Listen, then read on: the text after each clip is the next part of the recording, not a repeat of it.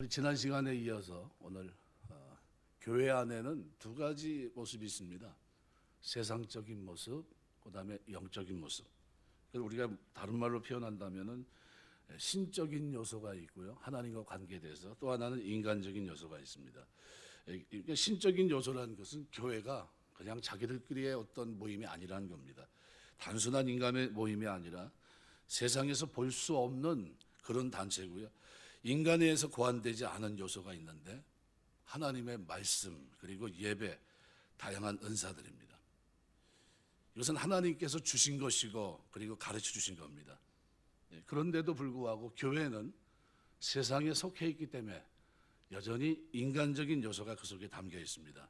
교회 구성원들이 여전히 세상 속에 살아가야 될 사람들이고요. 그러면서 연약한 모습이 교회 안에 있습니다. 이 교인들이라고 해서 성자가 된 것도 아니고요. 천사가 된 것도 아닙니다.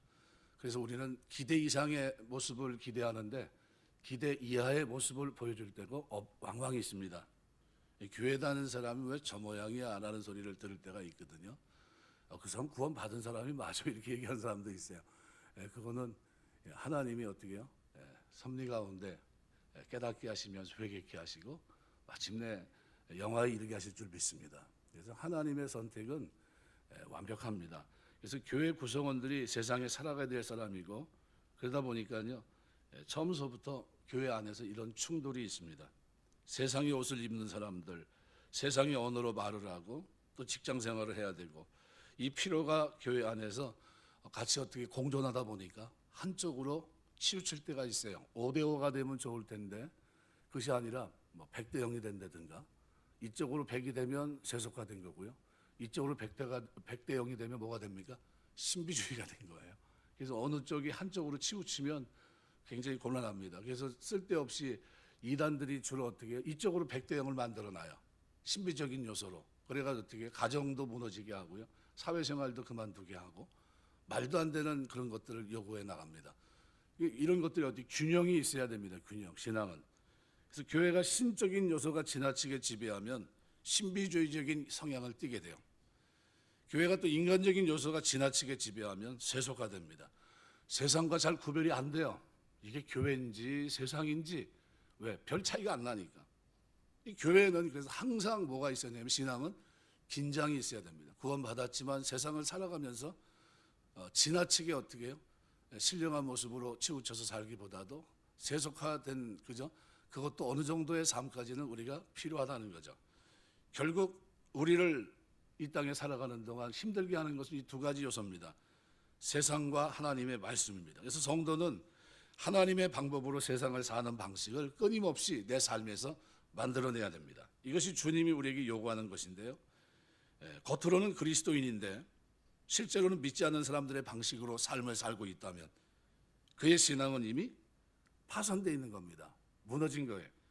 주님 안에 아무것도 내놓을 것이 없는 겁니다. 그 사람이 건강한지 여부는요, 병균에 감염돼 보면 압니다. 오미크론 때문에 많은 분들이 어려움을 당하고 이렇게 하는데요.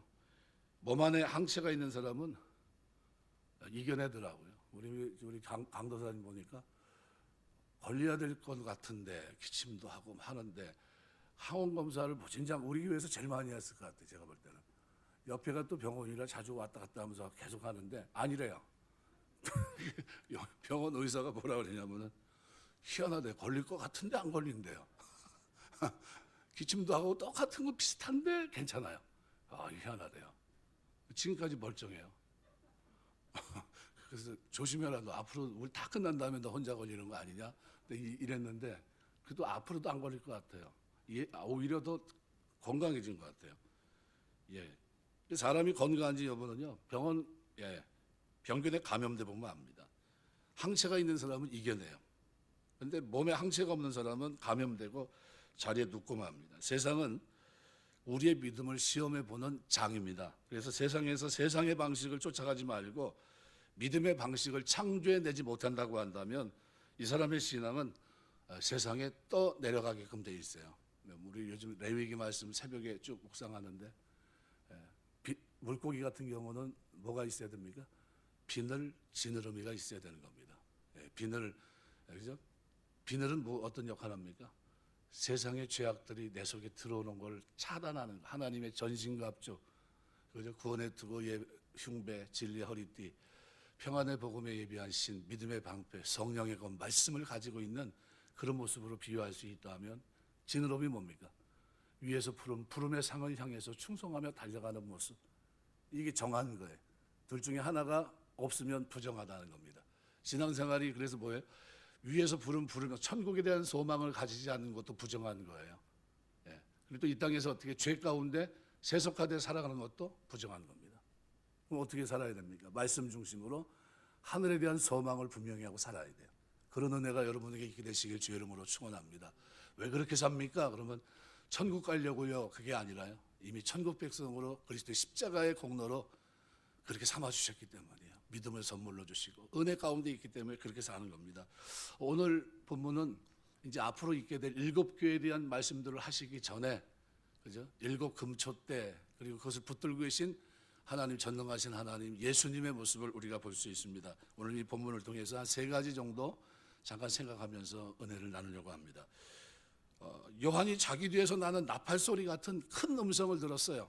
써서 보내라 그랬습니다. 그 음성은 지금부터 보는 것을 기록하고 소아시아에 있는 7교회에 보내라는 겁니다. 뒤를 돌이켜 그 소리가 나는 곳을 돌이켜 봤더니 7 촛대가 보이고 촛대 사이에서 말씀하시는 분이 특이한 모습으로 서 계신 것을 보게 됩니다. 7 금촛대는 교회를 의미한다고 말씀하고 있고요. 말씀하신 분이 금촛대 사이에 서 계시면서 이 촛대들을 살피시고 이 촛대들의 불을 잘 밝히는지 보고 계십니다. 성경은 그리스도인을 뭐라고 표현합니까? 너희는 세상의 빛이다. 이 세상이 온통 어둠 속에 있다는 뜻입니다. 세상의 문화, 경제, 기술, 모든 학문의 발전을 이루고 지금까지 어마어마한 발전과 그런 것들을 이뤄놨다 할지라도 여전히 세상은 어둠 가운데 있습니다. 주님은 이 세상의 빛을 비추기 위해 하나를 세워주셨는데 피로 값주고 산 교회입니다. 금촛대들을 하나님이 여러 곳에 세우셨어요. 어느 촛대는 환하게 빛을 내는가 하면 어느 촛대는 완전히 꺼져서 전혀 빛을 내지 못합니다. 그 가운데 주님이 말씀하시는 겁니다. 너 보는 것을 책에 기록해서 이 촛대들에게 보내어 다시 빛을 발하게 하라. 주님께서 그런 이상한 모습으로 나타나신 것은 따지고 보면 이 촛대들로 하여금 더 빛을 발하게 하기 위해서입니다. 빛이 흐릿하다든가 꺼져간다면 문제가 있겠죠. 주님은 교회에 하나님 말씀이 필요한 것을 알고 계셨습니다. 말씀이 있어야 교회를 다시 그 빛을 발할 수 있습니다. 다른 말로 표현한다면 교회는 너무나도 인간화되었기 때문에, 세속화됐기 때문에 신적인 요소를 찾아볼 수가 없다. 무슨 얘기입니까? 하늘을 바라보고 소망 가운데 사는 삶을 잃어버렸다는 거죠. 그래서 주님은 신적인 영광의 모습으로 나타납니다. 머리털부터 발끝에 이르기까지 신적인 거룩함, 영광이 나타나지 않은 부분이 없습니다. 만일 교회가 신비주의적인 그런 면에 너무 치우쳐서 정상적인 생활을 포기하고 이상한 생활을 하고 있다면 아마도 몸을 입으신 것과 교인들의 윤리적인 생활, 그죠? 이런 부분에 대해서 강조하셨을 겁니다. 너희가 너무 한쪽으로 치우친다. 일상생활에서 너희가 이렇게 살아야 되지 않느냐라는 부분을 주님께서 건드셨을 겁니다. 오늘 주님이 나타나신 이 모습을 통해서 그 당시 교회가 겪고 있었던 가장 큰 문제는 세속주의였다는 것을 알 수 있습니다. 아주 인간적인 문제였던 겁니다. 교회는 너무나도 인간적이었어요. 세상과 다른 부분을 전혀 찾아볼 수 없고 그러면서 그리스도의 영광을 잃어버린 상태입니다. 하늘에 대한 소망을 잃어버렸어요. 더군다나 핍박 속에서. 오늘날 교회의 모습은 어떤 모습일까요? 상대주의 시대를 맞이해서 인간적입니다. 동성애도 인간적인 면으로 보자고 얘기합니다. 하나님 말씀 절대 가치로 죄로 취급하지 않고요. 상대 가치로 성소수자에 대한 인권을 얘기합니다. 믿지 않는 자들이 하는 것과 똑같은 일들을 교회가 하고 있고요. 거기에 고개를 또 성도들도 끄덕거립니다. 교회 안에서 말씀에 대한 어떤 신뢰, 그리스도의 영광을 찾아볼 수가 없습니다. 교회에 가장 시급한 것은 뭡니까? 그리스도의 영광이에요. 하나님의 말씀의 능력이고 성령의 역사하심이고, 이런 하나님의 은혜가 다시 타오르게 하는 것, 이것이 하나님께서 원하는 겁니다. 그 당시 교회는 세상에 대해 비춰주는 빛이 전혀 없었습니다. 사람들은 이 교회가 존재하는 이유를 알 수 없었어요. 그럼 바다에 등대가 왜 필요합니까? 필요한 이유가 뭡니까? 등대가 있는 것은 거기에 암초가 있기 때문입니다. 등대가 없으면 배는 방향을 잃게 되고요, 암초에 부딪히면 파손되게 되고, 결국은 그 배에 탄 사람들은 다 죽게 됩니다. 등대는 배의 방향을 일깨워주고요, 바다가 암초가 있다는 것을 보여주기 위해서 존재하는 겁니다. 교회가 비춰야 될 빛이 뭘까요? 여러 가지 빛이 있는데 그 가운데 하나님과 세상의 위험한 관계를 드러내기 위해서 교회가 존재하는 겁니다. 교회는요, 하나님과 이 세상이 전쟁 상태에 있고 그들이 그것을 무시한다면 결국은 파손된다는 거예요. 큰 암초에 걸려 영원한 멸망을 당한다는 겁니다. 그래서 아무리 세상의 죄악이 가득하고 황제 숭배로 인해서 박해가 심하다 할지라도 교회는 등불의 불을 끄지 말아야 돼요. 오늘날 교회가 밝혀줘야 될 것이 뭡니까? 세상 사람들에 대한 경고입니다. 경고. 그들이 모르는 위험, 천국과 지옥에 대한 확신이 우리에게 없다면 굉장히 불행한 겁니다. 그들이 삶의 방향을 바꾸지 않으면 파손당할 수밖에 없다는 사실을 전해줘야 돼요. 보여줘야 되고, 자기 정욕을 위해 사는 삶의 방향을 바꿔야 영원히 살 수 있다, 그리스도를 믿어야 영원히 살 수 있다, 이 믿음을 그들에게 전해줘야 됩니다. 하나님께 영광을 돌리는 방향으로 바꾸지 않으면 우리에게 돌아오는 것은 영원한 멸망밖에 없다는 것을 말해야 됩니다. 기독교는 회개 종교입니다. 삶을 바꾸는 거예요. 삶의 방향이 바꿔지는 겁니다. 그래서 교회는 바로 이것을 얘기합니다. 교회가 전해야 될 이 첩전, 그죠? 이 촛불을 꺼버린다면 세상 사람들은 이 위험을 알 길이 없어요. 그냥 좋은 세상 살다가 가면 되는 거지 얘기합니다. 좋은 세상 살다가 잘 먹고 누리다가 살면 되는 거지, 자손들에게 많은 거 눌려주고 살면 되는 거지, 이렇게 생각합니다. 그러나 그게 아니라 죽고 난 후에 뭐가 있어요? 심판이 있고요, 영원한 생명을 하나님께서 다 어떻게 해요? 영벌과 영생으로 나눠버리십니다. 교회의 특징이 뭐냐면요, 그래서 교회의 특징은 세상과 달리요, 유일하게 여기서만 죄 문제를 다룹니다. 왜 하나님 앞에 경건하게 살아야 되는지, 왜 이 땅에서 불의를 버리고 우리가 하나님의 기대했던 그 삶을 살아야 되는지, 왜 사랑하며 살아야 되는지, 거기에 대해서 유일하게 말해주는 곳이 어디입니까? 교회입니다. 그런데 교회가 죄에 대해서, 죄의 결국인 사망과 영원한 형벌에 대해서 얘기하지 않는다면 그 교회는 빛을 잃어버린 거예요. 사람들로 하여금 삶의 방식을 바꿀 것을 요구하지 않는 교회는, 그런 교회는 어떤 교회입니까? 불을 꺼버린 등대와 같고 심지가 꺼져버린 촛대와 같은 겁니다. 그래서 이 교회는 이 사명을 한 번도 잊지 말아야 돼요. 일주일간 힘들었는데 교회 와가지고 위로의 말을 들으면 참 좋을 텐데, 근데 교회 목사는 안타깝게도 위로보다는 뭐예요? 하나님 앞에서의 삶을 자꾸 강조합니다. 죄를 자꾸 지적해내고 듣기 싫어요. 그런데도 교회에서는 그 얘기를 해야 됩니다. 왜요? 불을 끄지 말아야 돼요. 어떤 사람이 들어와서 그 말을 듣고 어떻게 회개하고 하나님 백성이 될지 모릅니다. 의인 99보다 한 사람의 영혼이 구원받기를 원하십니다. 이 교회에 어떤 죄인이 와서 그날 예수를 믿을 수 있다면 하나님 앞에 큰 영광입니다. 오늘 본문에 주님의 모습이 나타납니다. 요한이 본 주님의 모습은 대단히 영광스럽고 거룩한 모습인데요, 인자 같았다. 요한이 본 주님의 모습은 사람의 모습입니다. 옷을 입었고 머리털, 눈, 발. 그러니까 요한은 주님의 옷부터 봤는데요, 옷은 신분을 나타냅니다. 발에 끌리는 옷이었고 가슴에 금띠를 띄었습니다. 옷의 색깔이나 디자인에 대해서 아무런 말도 하지 않습니다. 단지 발에 끌리는 옷을 입었고 가슴에 금띠를 띄었다. 제사장들이 허리에 띈 거와는 좀 다릅니다. 발에 끌리는 옷을 입었다는 것은 두 종류입니다. 세상에서는 왕이고요, 종교적으로는 제사장입니다. 가슴에 금띠를 띤 모습은 왕인데 이 왕은 어떤 전쟁이나 행사에서 막 돌아온 왕의 모습입니다. 그래서 이분은 지위와 신분이 지극히 높으신 분이라는 거예요.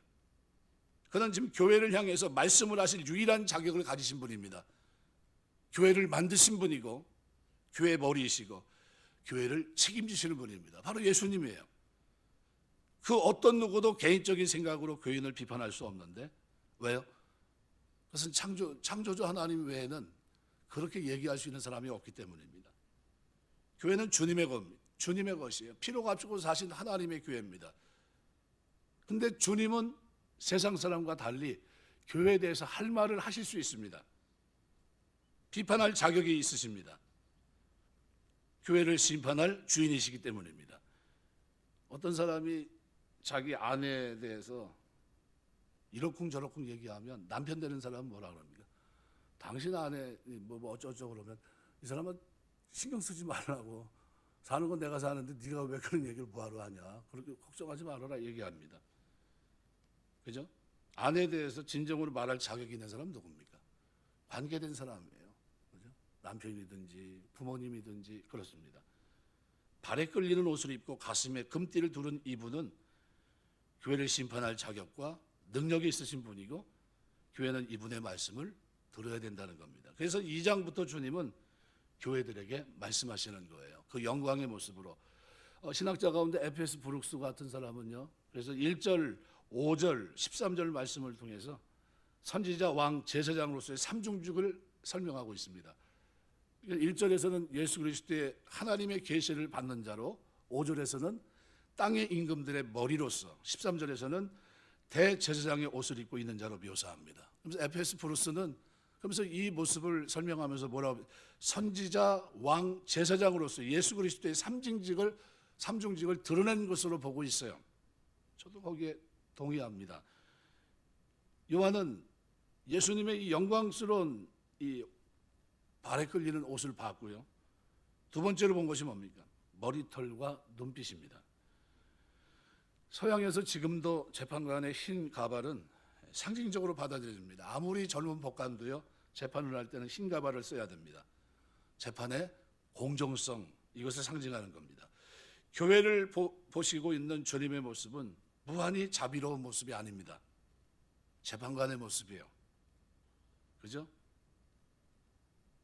교회를 예비적으로 심판하는 모습입니다. 아무런 준비 없이 교회가 주님의 심판대에서 정죄당하고 지옥으로 떨어지는 것보다는 미리 이런 예비 심판을 통해서 자신들의 잘못을 깨닫고 구원받은 것이 더 나을 겁니다. 또 뿐만 아니라 이 눈이 불 것 같다는 것은 그 앞에 어떤 거짓도 통하지 않는다는 거예요. 교회라고 해서 결코 사정을 봐주지 않고 엄히 추궁하시는 이런 모습을 담고 있는 겁니다. 주님은 사람을 외모로 보지 않습니다.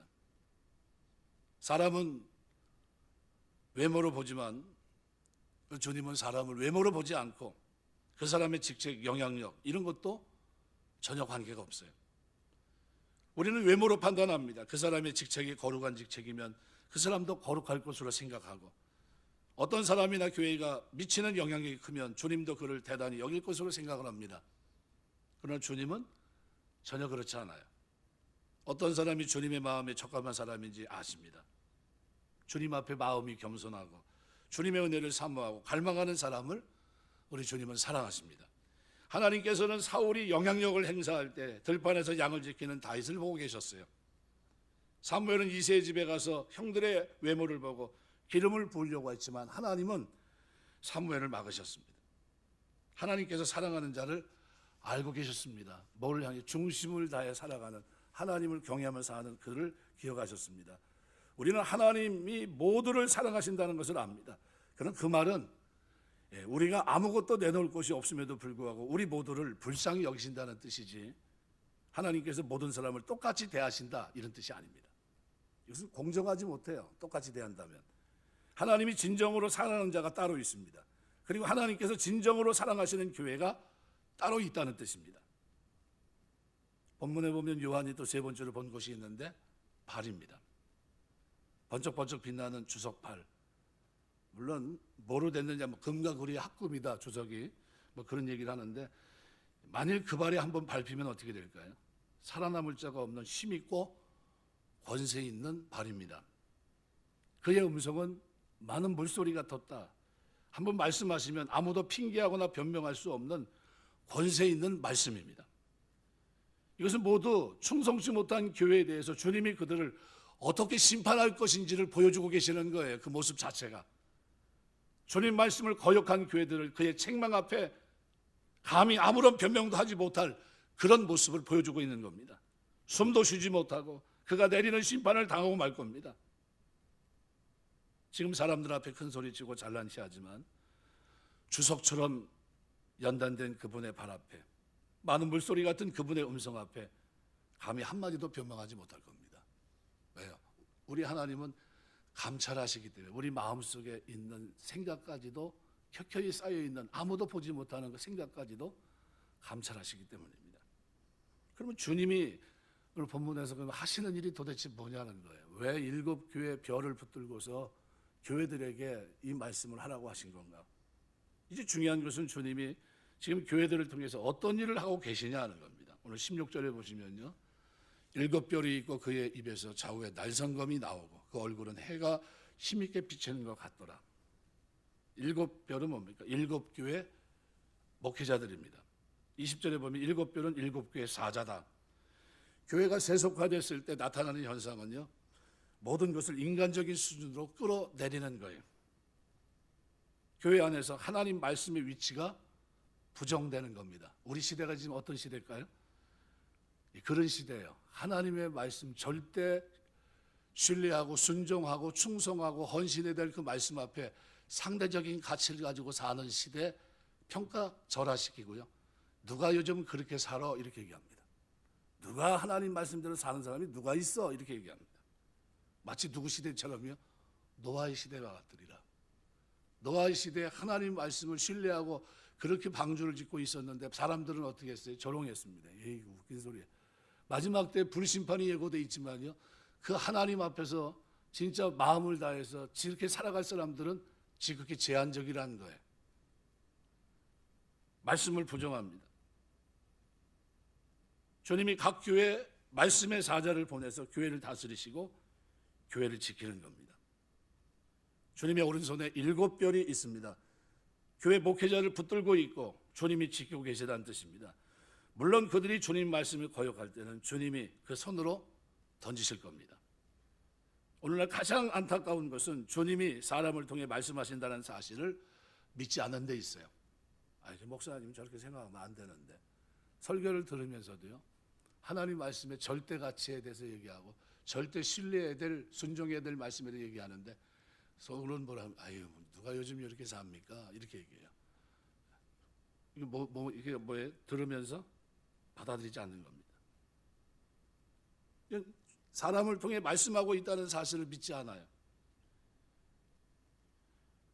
주님은 평범한 사람들을 부르셔서 당신의 사자로 삼으셨고요. 그리고 우리에게 말씀하십니다. 너무나도 놀라운 말씀을 우리 죄인들에게 맡기신 겁니다. 이것이 복음의 비밀이고 이것이 복음의 겸손입니다. 그러나 사람들은 자기 안에 선과 악의 평가 기준을 놓고요, 자기 생각에 맞으면 진리이고 은혜가 된다고 얘기하고요, 자기 마음에 거슬리면 그것은 진리가 아니라고 단정합니다. 그런 식으로 믿음을 가지려고 그래요. 그건 올바르지 못합니다. 믿음은 말씀이 내 영혼을 쪼개고 내 속에 있는 온갖 더러운 것을 다 드러내서 나라고 하는 존재는 조금도 신뢰할 수 없는 망난이라고 하는 것을 깨닫고 오직 우리를 구원하신 주만 바라보는 겁니다. 자기를 조금이라도 신뢰하는 것은 거짓된 가치고 거짓된 진리입니다. 그래서 뭐라고 말씀합니까?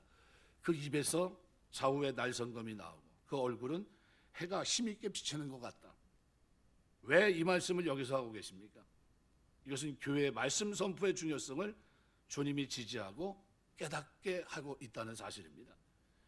여기 날선 검 이렇게 나오는데요, 롬파이어라는 이 단어는요, 매우 긴 칼을 말합니다. 그러니까 이것은 사람의 키만큼 커서 양손을 사용해야 되는 그런 무기입니다. 시편 25편 3절 보면 주를 바라는 자들은 수치를 당하지 아니하려니와 까닭없이 속이는 자들은 수치를 당하리다. 사무엘상 17장 51절 한번 볼까요? 다윗이 블레 사람들을 밟고 그의 칼을 그 칼집에서 빼내어 그 칼로 그를 죽이고 그의 머리를 베니 블레 사람들이 자기의 용사의 죽음을 보고 도망하는지라. 여기 이제 칼이 나오는데요. 이것은 하나님 말씀에 대한 상징이고요. 히브리서 4장 12절은 여기에 대해서 아주 좋은 말씀이죠. 그러니까 하나님 말씀은 살아있고 활력이 있어 좌우에 나선 어떤 것보다 예리하여 혼과 영과 및 관절과 골수를 찔러 쪼개기까지 하며 또 마음의 생각과 뜻을 판단한다. 그러니까 오늘 여기에서 얘기하는 것과 동일한 표현물이 요한계시록 2장 16절입니다. 그러므로 회개하라. 그리하지 않으면 내가 내게 속히 가서 내 입의 검으로 그들과 싸우리라. 이게 롬파이어입니다. 그러니까 버가모 교회를 책망하는 과정에서 등장하고 있는데요. 요한은 이런 언급을 통해서 예수 그리스도 입에서 나오는 말씀이 날섬검이라는 것과 불강력적인 심판의 능력을 가지고 있음을 나타내주고 있는 겁니다. 그러니까 여기서 좌우에 날선 주님의 예리한 검을 볼 수 있는데 어디서 주님의 얼굴이 해같이 밝게 빛나는 것을 봅니까? 설교를 통해서예요. 교회에서 설교를 통해서 주님이 손에 쥐고 있는 7별의 증거를 통해서 그렇게 하시는 겁니다. 그러니까 오늘 주님이 우리에게 질문하고 계신 것은 뭐냐 하면 우리 안에 이 일이 일어나고 있는데 이것이 받아들여지고 있느냐라는 거예요. 우리 모두가 겸손해서 설교자의 입을 통해 주님이 예리한 말씀을 듣기를 원하고 그 말씀이 나를 불쾌하게 만들고 내 속을 뒤집어 엎는다 할지라도 그 말씀을 주님의 말씀으로 알고 복종하겠느냐라는 거죠. 그리고 설교를 통해 주님의 말씀이 해석되고 나에게 적용될 때 그것이 바로 주님의 얼굴이고 주님의 영광이 거기 있음을 믿고 있느냐라는 거죠. 주님이 요한에게 이런 모습으로 나타나신 것은 교회가 너무나도 세속화돼서 거기에 참된 그리스도의 영광이 없기 때문입니다.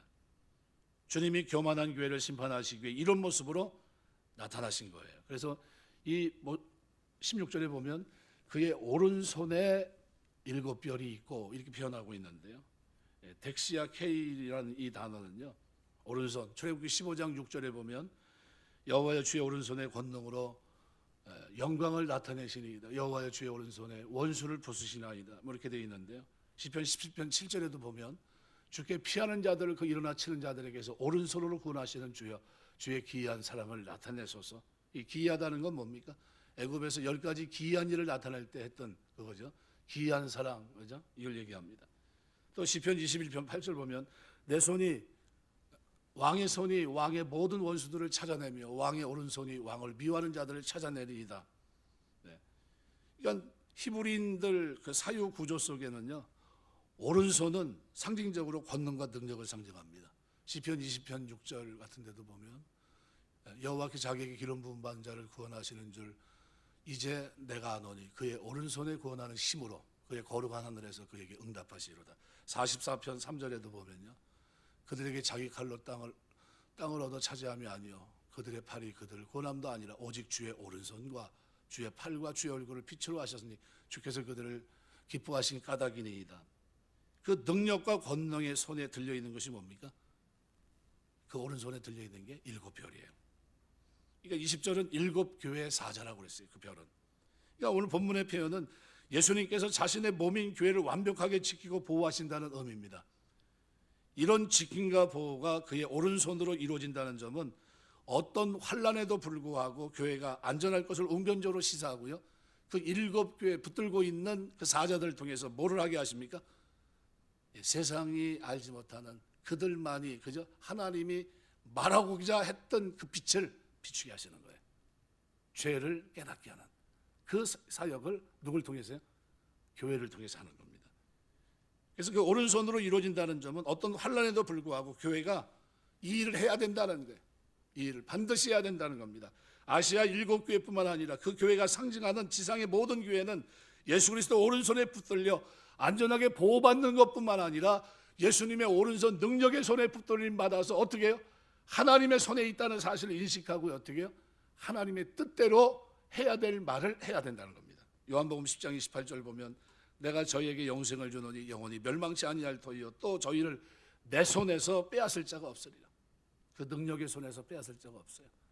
자, 오늘 이 본문 말씀은 그래서 이제 다음 주에 이제 한 번 더 얘기하고요. 그 다음에 이제 7교회를 이제 한 교회 한 교회 이렇게 조명하면서 갈 텐데요. 오늘 우리가 이 본문 말씀에 예수님이 나타난 이 모습은 어떤 모습입니까? 심판주의 모습이에요. 날카롭게 교회로 너희가 빛을 잃어버리면 안 된다. 내가 너희를 붙들고 있다. 내 손에서 빼앗을 자가 없다. 저 황제 숭배의 그 위험 속에 너희가 지금 다 무너지는 모습을 보이는데 그러지 말아라. 나는 저들이 심판하는 게 아니라 내가 심판한다. 내 심판은 영원한 심판이다. 그리고 이 심판을 알지 못하는 그들에게 내가 너희를 보니까 너희는 지금 어떤 상태예요? 영광의 말씀을 잃어버렸다는 거예요. 어떤 말씀이에요? 절대 믿고 신뢰하고 소망해야 될 그 말씀을 잃어버렸다는 겁니다. 그래서 그들에게 뭘요? 이것은 세속화되면 하나님 앞에 큰 죄를 입을 수밖에 없다는 사실을 누구에게? 오고 오는 교회 성도들에게 어떻게 전하라는 겁니다.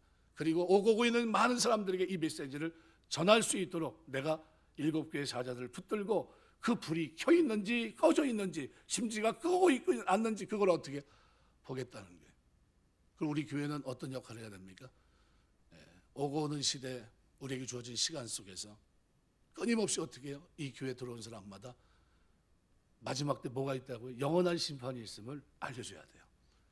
대충대충 살다고 끝나는 게 아닙니다. 하나님의 심판이 있고요.